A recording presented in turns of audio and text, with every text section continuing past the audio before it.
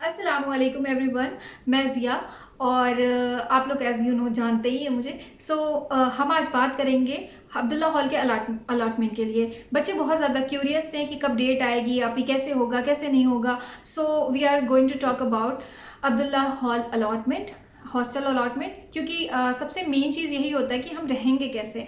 बहुत से बच्चे ऐसे होते हैं जो अफोर्ड नहीं कर सकते बाहर रहना, खाना पीना। कुछ लोग रहना अफोर्ड कर सकते हैं तो खाने पीने की टेंशन होती है, फिर वहाँ पे पीजी का और आना जाना मतलब बहुत ज़्यादा हेक्टिक हो जाता है। ठीक है, तो हम सबसे पहले जानेंगे कि हॉस्टल किन्हें मिलेगा, किन्हें नहीं मिलेगा, और मतलब इसमें रिगार्डिंग कितनी कौन कौन सी चीज़ें लगेंगी। ठीक है, कितने से कितने बच्चों तक मिलता है। ठीक है, और कब इनको आना है। द मेन थिंग इज कब इनको आना है। डॉक्यूमेंट से रिलेटेड इसमें बातें होने जा रही हैं, so please don't skip a single minute. ठीक है, कोई भी एक मिनट की भी आप मतलब उसको वो मत करिएगा, बिकॉज इसमें आपका लॉस हो सकता है।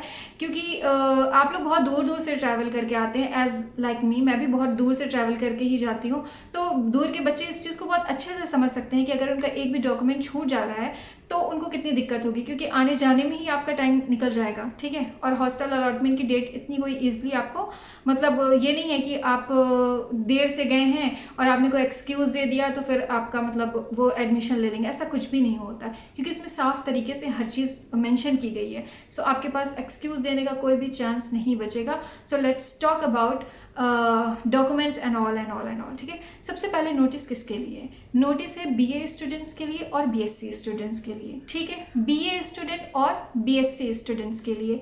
ठीक, हॉस्टल अलॉटमेंट जो शुरू हो रही है वो 27 जुलाई 2026 से हो रही है। ठीक है, सबसे पहले बीए स्टूडेंट और बीएससी स्टूडेंट्स के लिए। ठीक है, और जो डेट है वो 27 जुलाई 2026। ठीक है, यहाँ से स्टार्ट होगी। दूसरी जो है किस दिन किसकी हॉस्टल की अलॉटमेंट हो सकती है। ठीक है, तो 27 जुलाई और 28 जुलाई को जो student social science, life science और साइंस स्ट्रीम से हैं, ठीक है, उनकी अलॉटमेंट होगी 27 जुलाई और 28 जुलाई को। ठीक है, तो सोशल साइंस में आप जानते हैं एसएसटी वाले जो सब्जेक्ट्स होते हैं, जो मतलब history, polity, geography and all, इस तरीके के जो सब्जेक्ट हैं वो सोशल साइंस में आते हैं। इनकी अलॉटमेंट होगी। सबसे पहले किन को मिलेगा हम ये जानते हैं। रैंक 1 से लेके रैंक 200 तक जो बच्चे हैं उनकी अलॉटमेंट 27 और 28 को होगी। 27 जुलाई और 28 जुलाई को होगी रैंक 1 से रैंक 200 तक। ठीक है, मतलब 200 तक जितने भी बच्चे हैं उनकी अलॉटमेंट हो जाएगी 27 और 28 को। सो बी केयरफुल। फिर आगे अगर हम जाते हैं 29 जुलाई और 30 जुलाई को जिन स्टूडेंट की रैंक 200 के अबव है। ठीक है, मतलब 200 के ऊपर जितने स्टूडेंट्स हैं उनकी जो अलॉटमेंट होने वाली है वो 29 जुलाई और 30 जुलाई को हो गई। ठीक है, तो इस बात का ध्यान रखें, जिनकी भी रैंक 1 से लेके 200 तक है वो 27 और 28 को वहाँ रहें, वरना बाद में हॉस्टल की जिम्मेदारी मतलब ये नहीं होगा कि आपको बाद में जाएंगे तो मिल जाएगा। कोई इसमें ना रहेगा कि अगर आप बाद में जा रहे हैं तो आपको मिल ही जाएगा। ये साफ साफ नोटिस में मेंशन है कि अगर कोई भी लेट आ रहा है तो ये ज़रूरी नहीं है कि उनको हॉस्टल मिल ही जाए। आपको जो डेट दी गई है आप उस पर जाएँ। पहले जो हम लोगों को तो एक ही दिन मिला था 29 जुलाई को, और उसी दिन हम लोगों को जाना था सारे बच्चों को। लेकिन आप लोगों के लिए तो काफ़ी अच्छी सहूलत दे दी गई, इन लोगों ने 2 दिन कर दिया है क्योंकि काफ़ी दूर से बच्चे आते, पॉसिबल नहीं हो पाता। ठीक है, फिर 31 जुलाई और 1 अगस्त। ठीक है, 31 जुलाई और 1 अगस्त को उन बच्चों की होगी जो वेटिंग लिस्ट में हैं थे। वेटिंग लिस्ट और चांस मेमो जिसको कहते हैं, उसमें जो बच्चे थे उन बच्चों की हॉस्टल अलॉटमेंट होगी। ठीक है, और उनकी सिर्फ hostel allotment, I don't think कि हॉस्टल उन्हें मिलेगा भी उस वक्त, बिकॉज उनको फाइल सबमिट मतलब बेसिकली उनकी फाइल वगैरह सबमिट हो जाएगी। फाइल सबमिट करके आपको मतलब देना वेना रहेगा, ऐसा समथिंग। उसमें जितनी भी चीज़ें आएंगी, जो डॉक्यूमेंट्स रहेंगे, जो भी चीज़ें रहेंगी वो फिल करके आपको बस फाइल देनी रहेगी 31 जुलाई और 1 अगस्त को। ठीक है, तो इस वेटिंग लिस्ट और चांस मेमो वाले जो बच्चे रहेंगे। ठीक है, और उन्हें काउंटर 1 पे जाना है, ये भी इसमें मेंशन है। काउंटर 1 मतलब आप जब प्रोवोस्ट पहुंचेंगे तो प्रोवोस्ट पे ही आपको दिख जाएगा काउंटर 1, काउंटर 2, काउंटर 3। ठीक है, वो काउंटर 1 सबसे पहले पड़ता है, तो आप वहाँ जाके अपनी फाइल को फिल करेंगे, वहाँ सबमिट करेंगे एंड ऑल जो प्रोसेस रहेगा वो आपको करना पड़ेगा। ठीक है, कोई ये ना पूछेगा कि सोर्स लगता है यहाँ पे कि नहीं लगता। आई डोंट नो वेरी वेल, हो सकता है किसी का लग भी जाए। ठीक है। फिर आ जाते हैं ऑफिस टाइमिंग पे, ठीक है। तो मंडे से थर्सडे और सैटरडे की जो टाइमिंग रहेगी वो 9:30 AM से लेके 4 PM तक रहेगी, ठीक है। 9:30 यानी 9:30 बजे से लेके 4 बजे तक रहेगी, मंडे टू थर्सडे, फ्राइडे नहीं, मंडे टू थर्सडे, फ्राइडे छोड़ के सैटरडे को भी सेम टाइमिंग रहेगी, यानी 9:30 बजे से लेके 4 बजे तक। लेकिन फ्राइडे की टाइमिंग क्या रहती है, फ्राइडे को अलीगढ़ बंद रहता है, सारे मतलब फैकल्टीज वगैरह बंद रहती हैं, 12 बजे तक सब बंद हो जाता है, ठीक है। तो फ्राइडे की जिन दिन की जो डेट रहेगी वो 8 AM टू 12 PM तक रहेगी, ठीक है। कौन कौन से डॉक्यूमेंट्स लेके जाना, द मोस्ट इंपॉर्टेंट थिंग कि हमें कौन कौन से डॉक्यूमेंट्स लेके जाना है, ठीक है। सबसे पहले जो डॉक्यूमेंट्स है वो स्टूडेंट्स के 4 रिसेंट पासपोर्ट साइज फोटोज होने चाहिए जो कि कलर्ड होने चाहिए, ठीक है। और उसका बैकग्राउंड आप मोस्टली वाइट रखें, डिस्टर्बिंग बैकग्राउंड नहीं होना चाहिए जिससे आपका मतलब फोटोज में मतलब अच्छा ना लगे, मोस्टली वाइट ही रहता है, यू नो दैट, ठीक है। तो 4 रिसेंट फोटोज जो होती हैं वो होनी चाहिए, ठीक है। स्टूडेंट और पेरेंट्स के आधार कार्ड की सेल्फ अटेस्टेड फोटोकॉपी, ठीक है। आपकी और आपके पेरेंट्स, चाहे अम्मी चाहे अब्बू यानी फादर या मदर में से किसी की भी, और या फिर कोई सिबलिंग जो भी आपके गार्जियन बन के वहां जा रहे हैं, ठीक है, उनका आधार कार्ड लगेगा। सेल्फ अटेस्टेड का मतलब होता है उस पर सिग्नेचर होनी चाहिए, ठीक है। फिर जो तीसरा डॉक्यूमेंट है, पेरेंट्स की एक कलर फोटो, यानी आपके पेरेंट्स की कोई एक मतलब चाहे मदर या फादर में से किसी एक की फोटो लगेगी। और उसमें लोकल गार्जियन, अगर कोई अलीगढ़ में मतलब कोई किसी का रिलेटिव वगैरह है, किसी को लोकल गार्जियन बनाना है आपको, तो अगर वो वहाँ पे आप उनको मतलब मेंशन कर रहे हैं तो उनकी भी एक फ़ोटो लगनी है, ठीक है। फिर आ जाते हैं पाँचवें पे, नहीं सॉरी, हाँ चौथे पे, एकेडमिक सेशन 2026 और 27 की फी पेमेंट स्लिप की फोटोकॉपी, यानी जो आप लोगों ने मतलब ट्यूशन फीस जमा की होगी, यानी एक साल की आपने फीस जमा की होगी, किसी की 16,000 किसी की 14,000, ये आपको जहाँ पे आपका मतलब पोर्टल होगा ना वहाँ पे डाउनलोडिंग का ऑप्शन होगा फीस वाला, तो आप वहाँ से डाउनलोड कर सकते हैं, ठीक है। वहाँ से डाउनलोड करके उसकी फोटोकॉपी निकलवाइए और उसको भी अटैच करना है इसमें, ठीक है। पाँचवा आता है पेरेंट्स का कोई एक ID प्रूफ, यानी जो आपके पेरेंट्स जाएंगे उनका कोई ID प्रूफ लगेगा, चाहे उनका पैन कार्ड लगेगा चाहे उनका पासपोर्ट लगेगा, दोनों में से कोई एक चीज़ लगा रहना चाहिए। और सबसे मेन चीज़ कि वो अपडेटेड होना चाहिए, ऐसा नहीं होना चाहिए कि आपके पेरेंट्स की किसी और चीज़ में कोई और चीज डेट है और पासपोर्ट में कुछ और, ऐसा नहीं होना चाहिए। कोई एक जो वैलिड हो यानी जो सही हो, ठीक है, डेट एंड ऑल सारी चीज़ें, एड्रेस वगैरह सब उसमें जिसमें सही हो वो आपको लेके जाना है, चाहे वो पैन कार्ड हो चाहे वो पासपोर्ट हो, ठीक है। और उसकी फोटोकॉपी और ओरिजिनल भी लेके जाना है, बिकॉज जब वहाँ पे आप पहुंचेंगे ना तो वो आपसे कहेंगे कि दिखाइए, क्योंकि ये हो चुका है, तो सो प्लीज़ आप उसको मेंशन ये किया हुआ है उन लोगों ने कि आप ओरिजिनल भी लेकर आइए, चाहे पैन कार्ड की फोटोकॉपी और ओरिजिनल भी, और चाहे पासपोर्ट, जो आपको लगाना सही लगे, ठीक है। फिर सबसे मेन चीज़ आता है ये एनवेलप।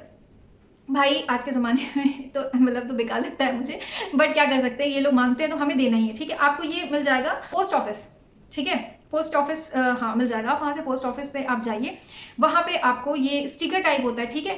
25 रुपीज़ का जो पोस्ट टैग होता है वो आपको लेना है, और वहाँ पे आप जाएंगे तो आप 10-10 का 2 ले लें, 5 का 1 ले लें, या फिर 2-2 का ले लें, 1 ले लें, मतलब इस तरीके से आप उसको ले लीजिएगा। पोस्ट ऑफिस से आपको मिल जाएगा, और हाँ वही मिलता है। एनवेलप आप कहीं से भी ले लीजिएगा, खुद भी बना लीजिए, कोई मसला नहीं है, बट वो जो टैग रहता है ना वो आपको वहीं पे मिलेगा, ठीक है। आप वहाँ जाइए, वहाँ पे आप कहिए 1 रुपये या 2 रुपये का, मतलब जितने का शायद वो रहता है ना उसी हिसाब से आपको मिल भी जाता है।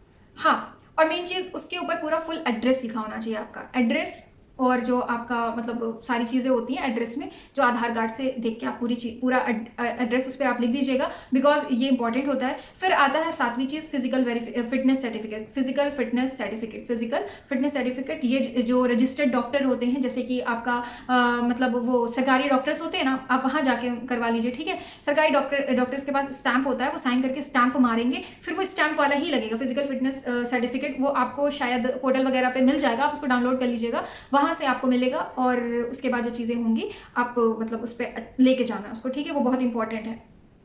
फिर जो लास्ट क्वालिफिकेशन की मार्कशीट, मतलब जो आपने 12th किया होगा ना, वो उसकी मार्कशीट चाहिए, और उस पर भी आपकी सिग्नेचर होनी चाहिए, ठीक है। 12th की जो मार्कशीट है वो इंपॉर्टेंट है, वो आपको लेके जाना है, ठीक है। और मार्कशीट इन द सेंस कि ओरिजिनल नहीं, आप ओरिजिनल रखिएगा डॉक्यूमेंट्स, बट उसकी फोटोकॉपी भी रखिएगा, ठीक है। और हाँ, सब सारे डॉक्यूमेंट्स ना आप ओरिजिनल अपने पास रखिएगा, ठीक है, क्योंकि इन केस अगर आपको कोई ज़रूरत पड़ती है तो फिर आप उसको मतलब यूज़ कर सको, समझ में आ रही है चीज़ें, ठीक है। सेल्फ अटेस्टेड मतलब उसमें मतलब फोटोकॉपी होनी चाहिए, फोटोकॉपी के साथ सिग्नेचर होनी चाहिए, ठीक है। फिर आ जाते हैं गार्जियंस जो होते हैं, अंडरटेकिंग एक मतलब वो होता है, गार्जियन अंडरटेकिंग एक फॉर्म होता है, तो वो आपको उसी वक्त फाइल जो मिलेगी ना वो उसमें ही रहेगा वो चीज़, उसमें आपको परेशान होने की ज़रूरत नहीं है। उसमें आपको पेरेंट्स सिग्नेचर वगैरह कर देंगे, उसमें वो वहीं पे फिल कर देना, कोई भी दिक्कत की बात नहीं होती है, ठीक है। फिर जो 10वां है लोकल गार्जियन के लिए, अगर सिर्फ मतलब लोकल गार्जियन अगर आप वो करते हैं ना, तो उनका भी कुछ ना कुछ डिक्लेरेशन वगैरह जो होता है, ठीक है, वो है। फिर EWS सर्टिफिकेट है, ये सिर्फ जनरल कैटेगरी के जो बच्चे होते हैं ना उनके लिए होता है। EWS सिर्फ कैटेगरी वाले स्टूडेंट्स के लिए है, यानी जनरल कैटेगरी के जो स्टूडेंट्स हैं ना उनको EWS देना होता है, जो इनकम में मतलब आई मीन इनकम वाले, मतलब जिनकी इनकम कम होती है ना उनके लिए है ये, OBC और उनके लिए नहीं, SC ST के लिए नहीं है। 12वीं पॉइंट है, पर्सनल फाइल जो रहेगी वो आपको मिलेगी प्रोवोस्ट से ही, मतलब जो टाइमिंग है उसी टाइम पे आपको मिल जाएगा, लाइन वाइन लगाना पड़ेगा, मिल जाएगा, ठीक है। इंपॉर्टेंट इंस्ट्रक्शन ये है कि नोटिस में 3 इंपॉर्टेंट बातें लिखी हुई है। पहली, हॉस्टल लिमिटेड है, ठीक है। नोटिस में 3 इंपॉर्टेंट बातें पहले ही मेंशन कर दी गई। हॉस्टल जो है वो लिमिटेड है, ज़रूरी नहीं है कि हर स्टूडेंट्स को मिले। अगर आप लेट जाते हैं तो इट्स योर रिस्पॉन्सिबिलिटी कि आप लेट गए, उन लोगों की कोई जिम्मेदारी नहीं होगी, आप वहाँ जाके झगड़ा नहीं कर सकते, लड़ाई नहीं कर सकते, बिकॉज उनकी कोई रिस्पॉन्सिबिलिटी नहीं होगी अगर आप लेट से आते हैं। और ये भी ज़रूरी नहीं है कि हर स्टूडेंट्स को हॉस्टल मिल ही जाए, बिकॉज बहुत से स्टूडेंट अगर रूम फिल हो गए तो आपको हॉस्टल मिलेगा कैसे, ठीक है। दूसरी इंपॉर्टेंट थिंग ये है कि first come first serve basis पर होगा, ठीक है। यानी कि जो स्टूडेंट्स हैं, ठीक है, अब इसमें दूसरी इंपॉर्टेंट चीज़ ये है कि आप पहले जाएं, पहले मिल जाए, लेकिन ये ज़रूरी नहीं है कि जो वेटिंग वाले बच्चे हैं वो भी पहले जाएंगे, वो पहले उनके जाने ना जाने का पहले कोई फ़ायदा नहीं है, ठीक है। पहले उनका बात हो रही है जो 1 से लेके 200 तक रैंक है, सबसे पहले उनकी बातें हो रही हैं कि अगर वो पहले जा रहे हैं और उनको मतलब हॉस्टल मिल जाएगा, लेकिन जो लेट जा रहे हैं फिर उनसे कोई मतलब नहीं है भाई, फिर आप अपनी जिम्मेदारी पे लेट जाइएगा। तीसरी है, वेरिफिकेशन के टाइम ओरिजिनल डॉक्यूमेंट भी लेकर जाना है। ओरिजिनल डॉक्यूमेंट देखिए उन्होंने मेंशन किया हुआ है कि हाँ, तीसरी सबसे इंपॉर्टेंट चीज़ ये है कि आपको ओरिजिनल डॉक्यूमेंट अपने साथ रखना है, चाहे आपके पेरेंट्स का ओरिजिनल डॉक्यूमेंट हो, जस्ट लाइक कि पासपोर्ट, आधार कार्ड, पैन कार्ड, ये सब आप रखिएगा। दूसरी चीज़ उनकी कुछ फोटोज़ भी और अपनी खुद की फोटोज़ भी, बिकॉज वहाँ पे जाएंगे तो आपको बहुत ज़्यादा फोटोज़ इधर उधर यहाँ वहाँ लगानी पड़ती है। सो मेक श्योर दैट कि आपके पास मतलब आप सफिशिएंट रहे, ठीक है। ऐसा ना हो कि मतलब आपके पास फोटोज़ ही नहीं है, फिर आप भाग रहे हैं इधर उधर, उतने में आपका निकल जाएगा, बिकॉज बच्चे बहुत रहते हैं, भीड़ बहुत रहती है, अलॉटमेंट में बहुत दिक्कत हो जाएगी, क्योंकि वहाँ पे बहुत लंबा प्रोसेस है, फीस जमा करना रहेगा, फिर वहाँ जाएंगे आप बैंक में स्लिप काटेंगे, स्लिप काट के लाके वापस से दिखाएंगे, फिर जाके आपको कहीं हॉस्टल मिलता है, लंबी सी लाइन लगनी पड़ती है, बहुत दिक्कत हो जाएगी। So please make sure that you have all the documents with your self, ताकि आप लोगों को कोई भी दिक्कत ना आए, ठीक है।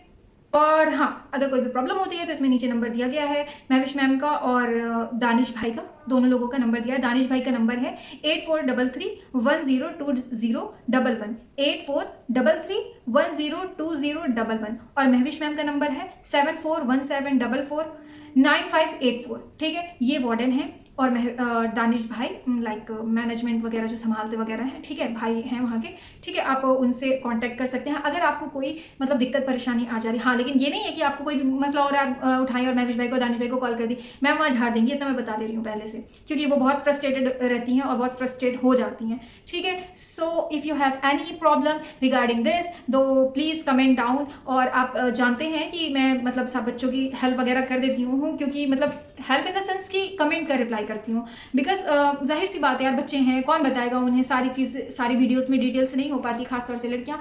सो मेक श्योर कि आपको कोई भी दिक्कत हो तो आप पूछ लीजिएगा। और हाँ, उन बच्चों के लिए मैं बात कहना चाहूँगी जो MA और BA BEd वाले बच्चे हैं। I am from Abdullah Hall. So अगर मुझे कोई ऐसी मतलब वीडियोज़ मतलब सॉरी वीडियोज़ नहीं, अगर कोई ऐसी इन्फॉर्मेशन मिलती है सो मैं आप लोगों के साथ ज़रूर उसको मतलब शेयर करती हूँ। और दूसरी चीज़, आपके हर कमेंट का रिप्लाई करने की कोशिश करती हूँ जितनी इन्फॉर्मेशन मुझे मिल पाती है। I am from Abdullah Hall and Abdullah Hall में ग्रेजुएशन के बच्चे रहते हैं, so I don't know very well about BA and MA, sorry BA BEd MA and law वगैरह, बट उसके मतलब बियॉन्ड जाके भी मैं बहुत सी चीज़ें करने की कोशिश करती हूँ, कि बिकॉज मुझे भी 1 ही साल हुआ है, तो आई don't know very well about everything.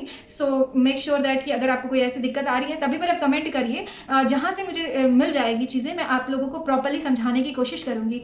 और इंशाअल्लाह ताला आपको कोई भी दिक्कत आए तो मुझे कॉन्टेक्ट करिएगा, ठीक है। और मेरा इंस्टाग्राम चैनल है मॉडेस्ट ज़िया करके, और एक है ज़िया सिद्दीकी करके 00, ज़िया सिद्दीकी 00, ठीक है। ये दोनों चैनल है, मैं यहाँ पे मेंशन कर दूँगी, ठीक है, तो आप उसको देख लीजिएगा। और अगर आपको कोई भी प्रॉब्लम आ रही है सो मेक श्योर कि आप मुझे वहाँ पे इंस्टाग्राम पे फॉलो कर लें, और जो भी मतलब रहेगी, ठीक है। बाय बाय, अस्सलाम वालेकुम।